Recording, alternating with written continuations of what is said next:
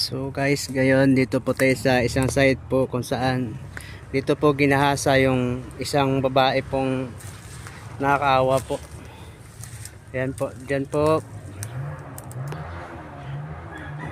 Dyan po guys. Nandyan po yung damit guys, oh, nakita nyo po. Ayan po yung mga damit guys, oh. Kawawa po yung babae na yun guys. Pinagtutulungan po ng mga aso po, kinagat po guys. Ayan pa yung mga damit, oh. Ayan guys, oh. Ayan po. Ayan po. Ito yung site guys. Makulimlim po rito. Ang lalaki po ng puno kasi. Ayan. Yan po yung puno. Puno po ng kamuting kahoy guys. Lumalaki na po rito. Ayan po. Nandyan po yung puno ng ano guys. Ka